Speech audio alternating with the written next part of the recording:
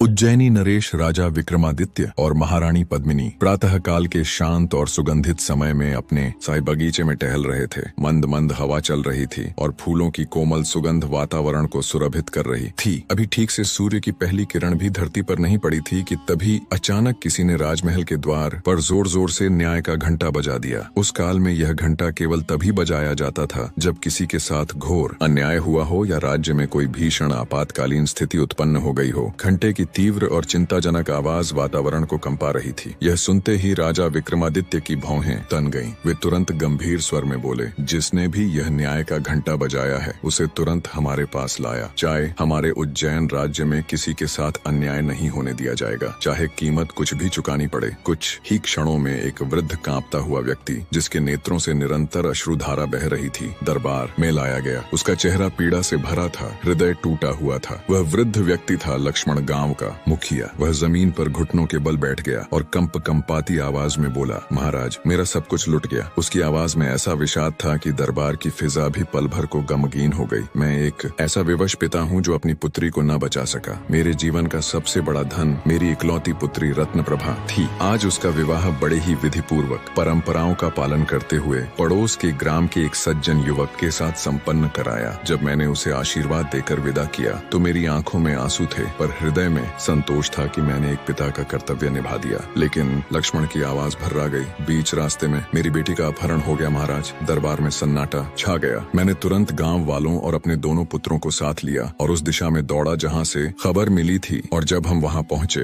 तो हमारी आंखों के सामने भय और त्रासदी का दृश्य खड़ा था। एक भयानक राक्षस, विशाल काया, रक्त जैसे नेत्र और डरावनी हंसी। वह मेरी बेटी रत्नप्रभा को अपनी भुजाओं में उठाए एक गुफा की ओर बढ़ रहा था। हमें देखकर वह राक्षस ठाका मारने लगा। एक कंटीली हंसी जो हृदय को चीर दे। उसने कहा, भाग जाओ यहाँ से मूर्ख मनुष्यों। मैं नहीं चाहता कि तुम्हारा भक्षण करूं। मुझे केवल नव विवाहिता स्त्रियां ही प्रिय हैं। महाराज, उसने कहा कि वह पहले ही हमें चेतावनी दे चुका था कि इस क्षेत्र में कोई विवाह न करे, परंतु हम उसकी दैत्यता से डरे नहीं। उसने क्रोधित होकर कहा, अब ये कन्या मेरी पत्नी बनेगी और जब मेरा मन भर जाएगा तब ये मेरी भोजन बनेगी। महाराज, लक्ष्मण की आवाज अब गहरी करुणा में डूबी थी। उसने मेरे दोनों बेटों को अपनी मायावी शक्ति से राक्षस बना दिया। मेरे घर का दीपक, मेरी आशा के स्रोत, मेरे वीर पुत्र अब विकराल दानव बन चुके हैं। मैं लाचार था, टूट चुका था। मेरी दुनिया अंधकारमय हो चुकी थी। तब मुझे एक ही नाम याद आया, उज्जैनी नरेश महाराज विक्रमादित्य। केवल आप ही हैं जो मेरे इस अनर्थ से भरे जीवन को फिर से न्याय दे सकते हैं। हे महाराज, कृपा करिए, मेरे आंसुओं की पुकार सुनिए, मेरी रत्न प्रभा को बचाइए और मेरे पुत्रों को उस दानव की माया से मुक्त करिए। यह सुन राजा विक्रमादित्य का मुखमंडल गंभीर हो गया। वे अपने सिंहासन से उठ खड़े हुए और दृढ़ स्वर में बोले, आप चिंता न करें लक्ष्मण। मेरे रहते आपकी पुत्री रत्नप्रभा और आपके दोनों पुत्रों को कोई हानि नहीं पहुंचा सकता। मैं स्वयं उस दुष्ट राक्षस से उनका उद्धार करूंगा। ऐसा कहकर राजा विक्रमादित्य ने तत्क्षण लक्ष्मण से पूछा, बताइए वह गुफा कहाँ है? लक्ष्मण ने कांपते हुए हाथों से गुफा का रास्ता बताया। राजा ने एक पल भी विलंब न करते हुए अपना तेज तर्रार घोड़ा मंगवाया और उसी क्षण गुफा की ओर निकल पड़े। रास्ता ऊबड़ खाबड़ था, वीरान और भयावह। आसमान में बादल मंडरा रहे थे और प्रकृति भी जैसे कुछ अनहोनी का संकेत दे रही थी। चलते चलते दोपहर हो चली। अब सूर्य सिर पर था और ताप बढ़ने लगा। यात्रा के दौरान राजा विक्रमादित्य को तेज प्यास लगी। उन्होंने इधर उधर पानी की तलाश की, पर हर ओर सूखी धरती ही दिखी। तब उन्होंने किसी ऊंचे पेड़ पर चढ़कर चारों ओर दृष्टि डालने का निश्चय किया। जैसे ही वे उस पेड़ की सबसे ऊंची शाखा पर पहुंचे और दूर तक अपनी दृष्टि घुमाने लगे, उन्हें एक रहस्यमयी दृश्य दिखा। एक स्त्री जो एक गुफा के पास बैठी थी और एक राक्षस उसके साथ समय बिता रहा था। राजा की आंखों ने जैसे एक गुप्त कांड देख लिया हो। राक्षस जब उस स्त्री के साथ अपनी विकृत वासना पूरी कर चुका तो उसने अपनी मायावी शक्ति से उस स्त्री को एक लोमड़ी में बदल दिया। राजा विक्रमादित्य यह सब उस पेड़ की ऊंचाई से देख रहे थे और जब उन्होंने राक्षस के चेहरे को ध्यान से देखा तो उनका रक्त खौल उठा। यह वही नीच है जिसने लक्ष्मण की पुत्री रत्नप्रभा का अपहरण किया। यह जानकर उनका क्रोध 7वें आसमान पर पहुंच गया। उनकी आंखें ज्वालामुखी सी दहक उठी। वे पेड़ से नीचे उतरे और सीधा उस गुफा की ओर चल पड़े। गुफा पर पहुंचने पर देखा कि राक्षस वहां से जा चुका था। गुफा के बाहर केवल वह लोमड़ी बनी स्त्री थी जो अब पशु रूप में कराह रही थी। राजा विक्रमादित्य उसके पास पहुंचे और अपने पास रखा दिव्य मायावी जल उस पर छिड़क दिया। जैसे ही मायावी जल उस लोमड़ी को छूता है, एक चमत्कार होता है। वह तुरंत एक सुंदर स्त्री में बदल जाती है। उस स्त्री की आंखों में आंसू थे और चेहरे पर आशा की हल्की सी रेखा। राजा ने अपने तेजस्वी स्वर में कहा, देवी, मैं उज्जैनी का नरेश, चक्रवर्ती सम्राट विक्रमादित्य हूँ। बताइए आप कौन हैं और इस राक्षस के साथ क्यों रह रही थी? जहाँ तक मुझे प्रतीत होता है आप स्वेच्छा से तो इस दुष्ट के साथ नहीं थी। यह सुन वह स्त्री फफक फफक कर रो पड़ी। उसकी कांपती हुई आवाज में वेदना की पूरी गाथा बह रही थी। आपने सत्य कहा महाराज, मैं नंदन ग्राम के एक साधारण किसान की पुत्री हूँ। मेरे पिता ने बड़े उत्साह और प्रेम से मेरा विवाह संपन्न किया था। जब मैं अपने ससुराल जा रही थी तब इसी गुफा से यह राक्षस निकला और उसने मेरा अपहरण कर लिया। उसने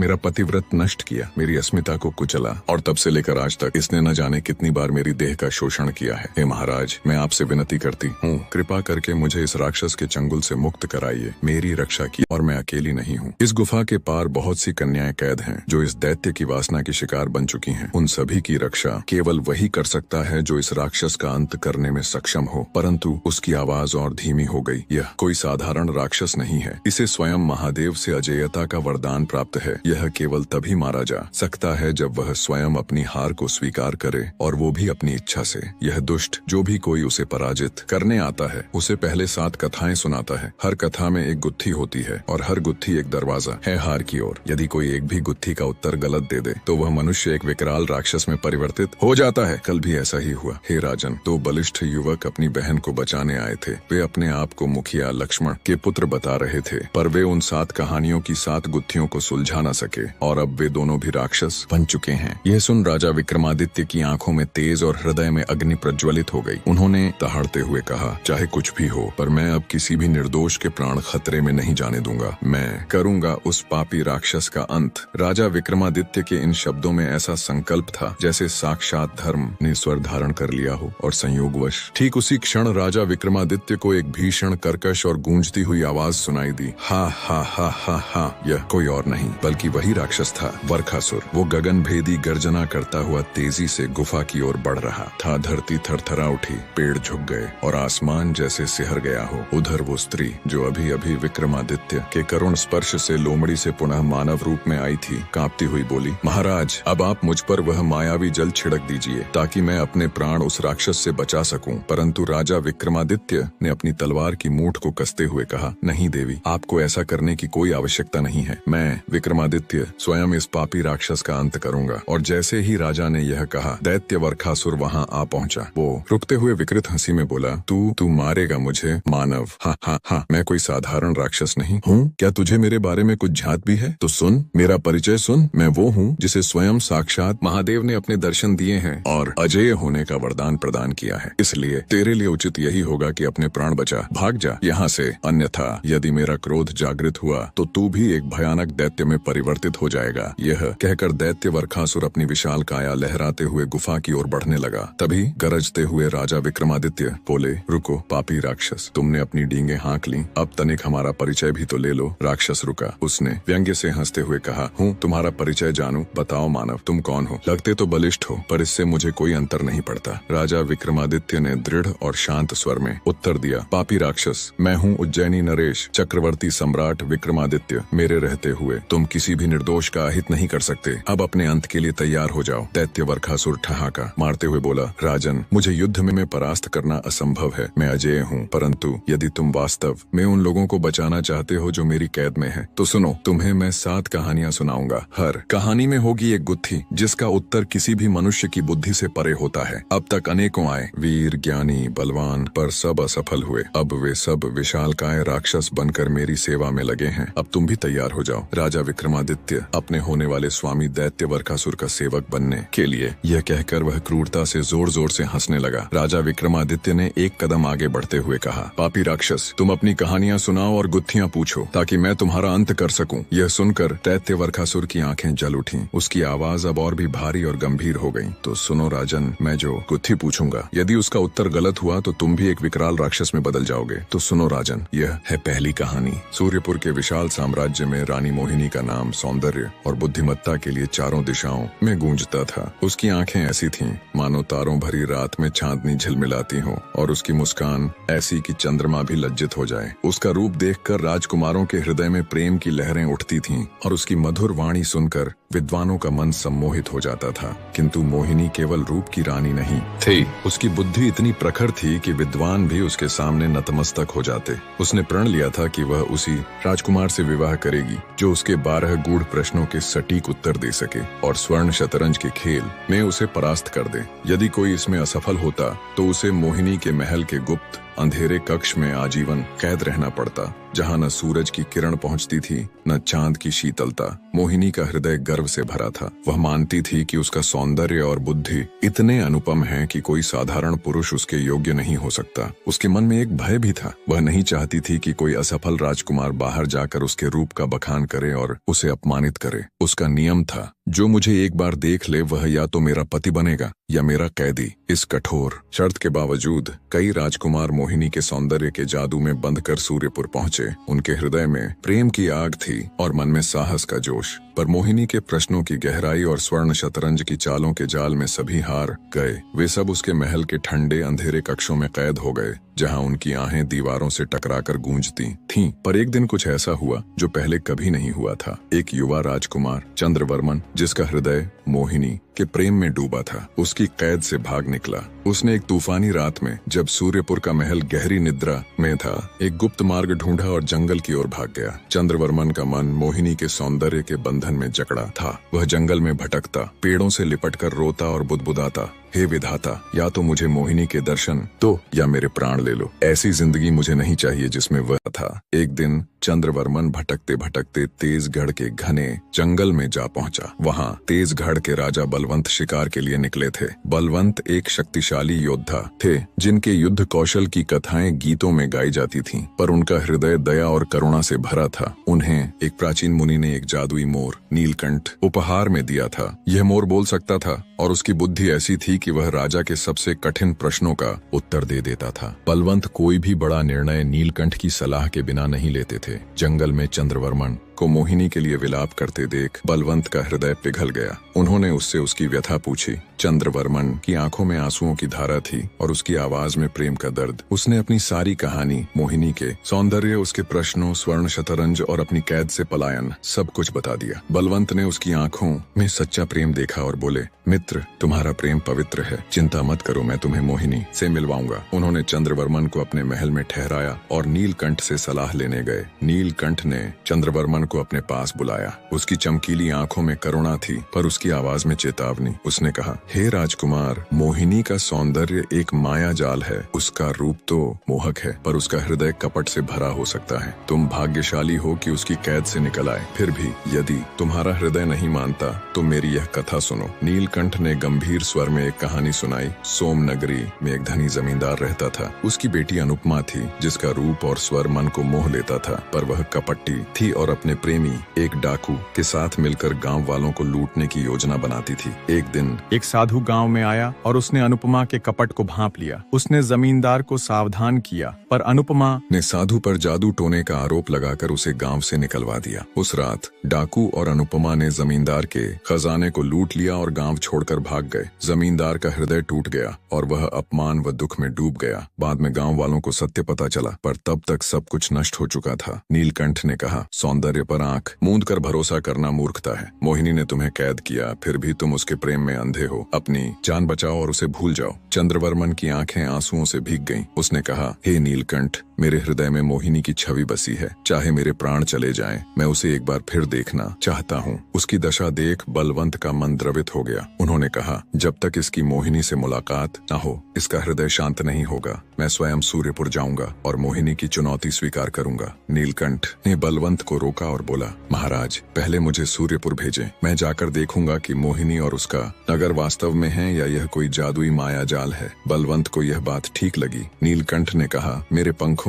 में रत्नमणि और अग्निमणि जड़ दें, ताकि मोहिनी मेरे रूप से मोहित हो जाए। बलवंत ने वैसा ही किया और नीलकंठ को विदा किया, मन में चिंता लिए कि उनका प्रिय मोर सुरक्षित लौटे। कई दिनों की उड़ान के बाद नीलकंठ सूर्यपुर पहुंचा और मोहिनी के महल की सबसे ऊंची मीनार पर जा बैठा। उसकी चमक ऐसी थी कि पूरा महल रंग बिरंगी रोशनी से जगमगा उठा। मोहिनी ने उसे देखा और उसका हृदय आश्चर्य से भर गया। उसने कहा, हे अनोखे मोर, तुम कौन हो? कहां से आए हो? तुम्हारा यहाँ आने का उद्देश्य क्या है? नीलकंठ ने गंभीर स्वर में कहा, मैं तेजगढ़ के राजा बलवंत का दूत हूँ। मैं यह देखने आया कि क्या सचमुच कोई सूर्यपुर और मोहिनी नाम की रानी है। पर हे रानी, तुम्हारी आंखों में उदासी क्यों? ऐसा क्या पाप किया है तुमने कि तुम्हारा हृदय शांत नहीं? मोहिनी का चेहरा फीका पड़ गया। उसने सोचा, यह मोर कोई साधारण पक्षी नहीं, शायद कोई जादुई प्राणी है जो मेरा भेद लेने आया है। उसने दुख भरे स्वर में कहा, सभी प्राणी जन्म से पापी हैं। मैंने इस संसार में सच्चा सुख नहीं पाया। मैंने अपने योग्य वर ढूंढने के लिए कई देशों में दूत भेजे, पर कोई मेरे सामने टिक नहीं सका। नीलकंठ बोला, मेरे राजा बलवंत तुम्हारे योग्य हैं। उनकी बुद्धि और शौर्य तुम्हारे समान है। यदि तुम चाहो तो मैं उन्हें यहाँ बुला सकता हूँ। मोहिनी ने कपट से मुस्कुराते हुए कहा, हे मोर, मुझे तुम पर विश्वास है। मेरी यह अंगूठी मेरे भावी पति को दे दो और कहो कि मैं उनकी प्रतीक्षा कर रही हूँ। मेरे पास आओ, मैं तुम्हारी मेहमान नवाजी करूंगी। नीलकंठ को मोहिनी की मंशा समझ आ गई। उसने सावधानी से कहा, मैं तुम्हारे पास नहीं आऊंगा। सुना है तुम बहला फुसलाकर लोगों को कैद कर लेती हो। मोहिनी ने कसम खाई, मैं सच्ची हूँ, मेरे इरादे नेक हैं। नीलकंठ उसकी मधुर वाणी और दुख भरी आंखों में फंस गया और उसके पास उतर गया। तभी मोहिनी ने उसे एक जादुई पिंजरे में कैद कर लिया और क्रोध से बोली, तू कोई साधारण मोर नहीं, कोई जासूस है। मेरे रहस्य जानने आया है। अब तुझे जीवित नहीं छोड़ूंगी। नीलकंठ का हृदय डर से कांप उठा, पर उसने हिम्मत नहीं हारी। उसने तुरंत तरकीब सोची और बोला, हे रानी, मैं कोई जासूस नहीं, मैं मुनि वशिष्ठ का शिष्य हूँ। यदि तुम मुझे छोड़ दो तो मैं तुम्हें एक शक्तिशाली मंत्र सिखाऊंगा जिससे तुम संसार की हर बुद्धि को परास्त कर सकती हो। मोहिनी का मन लालच से भर गया। उसने कहा, जल्दी मंत्र बता, नहीं तो तेरे पंख नोच डालूंगी। नीलकंठ ने कहा, मंत्र गुप्त होता है, अपनी दासियों को हटाओ, मैं इसे तुम्हारे कान में बताऊंगा। मोहिनी ने दासियों को हटा दिया। जैसे ही वह मंत्र सुनने के लिए पास आई, नीलकंठ ने अपनी चोंच से उसकी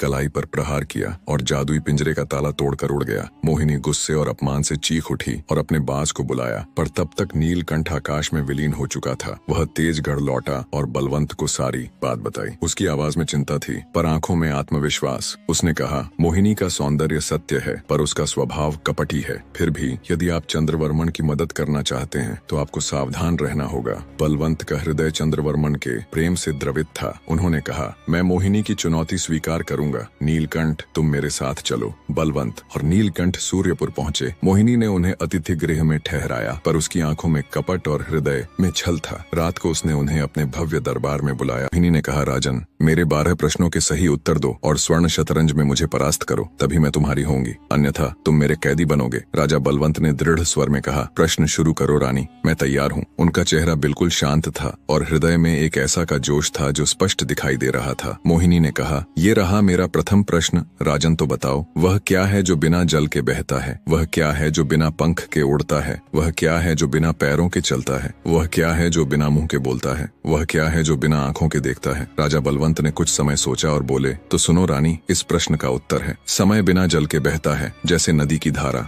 मन बिना पंख के उड़ता है जैसे स्वप्नों की उड़ान, स्वप्न बिना पैरों के चलता है जैसे रात की यात्रा, हृदय बिना मुंह के बोलता है जैसे प्रेम की पुकार, अंतर्ज्ञान बिना आंखों के देखता है जैसे सत्य का प्रकाश। मोहिनी ने कहा, राजन, ज्यादा खुश होने की जरूरत नहीं है। हाँ, माना आप में बुद्धि है, पर मेरे जितनी नहीं, ऐसा कह मोहिनी ने कहा। राजन, मेरा द्वितीय प्रश्न है, वह क्या है जो जन्म लेता है पर मरता नहीं? वह क्या है जो मरता है पर जन्म नहीं लेता? वह क्या है जो न जन्मता है न मरता है? वह क्या है जो जितना पास आता है उतना दूर जाता है? वह क्या है जो जितना दूर जाता है उतना पास आता है? राजा बलवंत ने कुछ समय सोचा और बोले, तो सुनो रानी, इस प्रश्न का उत्तर है, आत्मा जन्म लेती है पर मरती नहीं, जैसे अमरदीप। शरीर मरता है पर जन्म नहीं लेता, जैसे मिट्टी का पुतला। परमात्मा न जन्मता है न मरता है, जैसे अनंत आकाश। सुख जितना पास आता है उतना दूर जाता है, जैसे क्षणिक चमक। दुख जितना दूर जाता है उतना पास आता है, जैसे लौटती लहर। मोहिनी ने कहा, राजन, वास्तव में आज तक जितने भी राजा राजकुमार आए उन सब से आप भिन्न हो, पर मेरा नाम भी मोहिनी है। मेरा इस बार का प्रश्न इससे भी कठिन होगा। ऐसा कह मोहिनी ने कहा, राजन, मेरा तृतीय प्रश्न है, वह क्या है जो बिना खाए जीवित रहता है? वह क्या है जो बिना पिए तृप्त रहता है? वह क्या है जो बिना सोए विश्राम करता है? वह क्या है जो बिना बोले संदेश देता है? वह क्या है जो बिना छुए बांध लेता है? राजा बलवंत ने कुछ समय सोचा और बोले, तो सुनो रानी, इस प्रश्न का उत्तर है ईश्वर। ईश्वर बिना खाए जीवित रहता है, जैसे सृष्टि का आधार। संत बिना पिए तृप्त रहता है, जैसे आत्मा का सुख। योगी बिना सोए विश्राम करता है, जैसे ध्यान की गहराई। मौन बिना बोले संदेश देता है, जैसे नदी की कलकल। प्रेम बिना छुए बांध लेता है, जैसे हृदय की डोर। उत्तर सुन मोहिनी बोली, राजन, आपका उत्तर सही है, तुम में बुद्धि तो है, पर मुझ जितनी नहीं। ऐसा कह मोहिनी ने कहा, राजन, मेरा चतुर्थ प्रश्न पो है। वह क्या है जो सबके पास है पर कोई उसे पकड़ नहीं सकता? वह क्या है जो सब देखते हैं पर कोई उसे उसे छू नहीं सकता? वह क्या है जो सब सुनते हैं पर कोई उसे थाम नहीं सकता? वह क्या है जो सब जानते हैं पर कोई उसे बता नहीं सकता? वह क्या है जो सबके साथ है पर कोई उसे देख नहीं सकता? राजा बलवंत ने कुछ समय सोचा और बोले, तो सुनो रानी, इस प्रश्न का उत्तर है समय। समय सबके पास है पर कोई उसे पकड़ नहीं सकता। जैसे बहता जल, आकाश सब देखते हैं पर कोई उसे छू नहीं सकता। जैसे नीला विस्तार,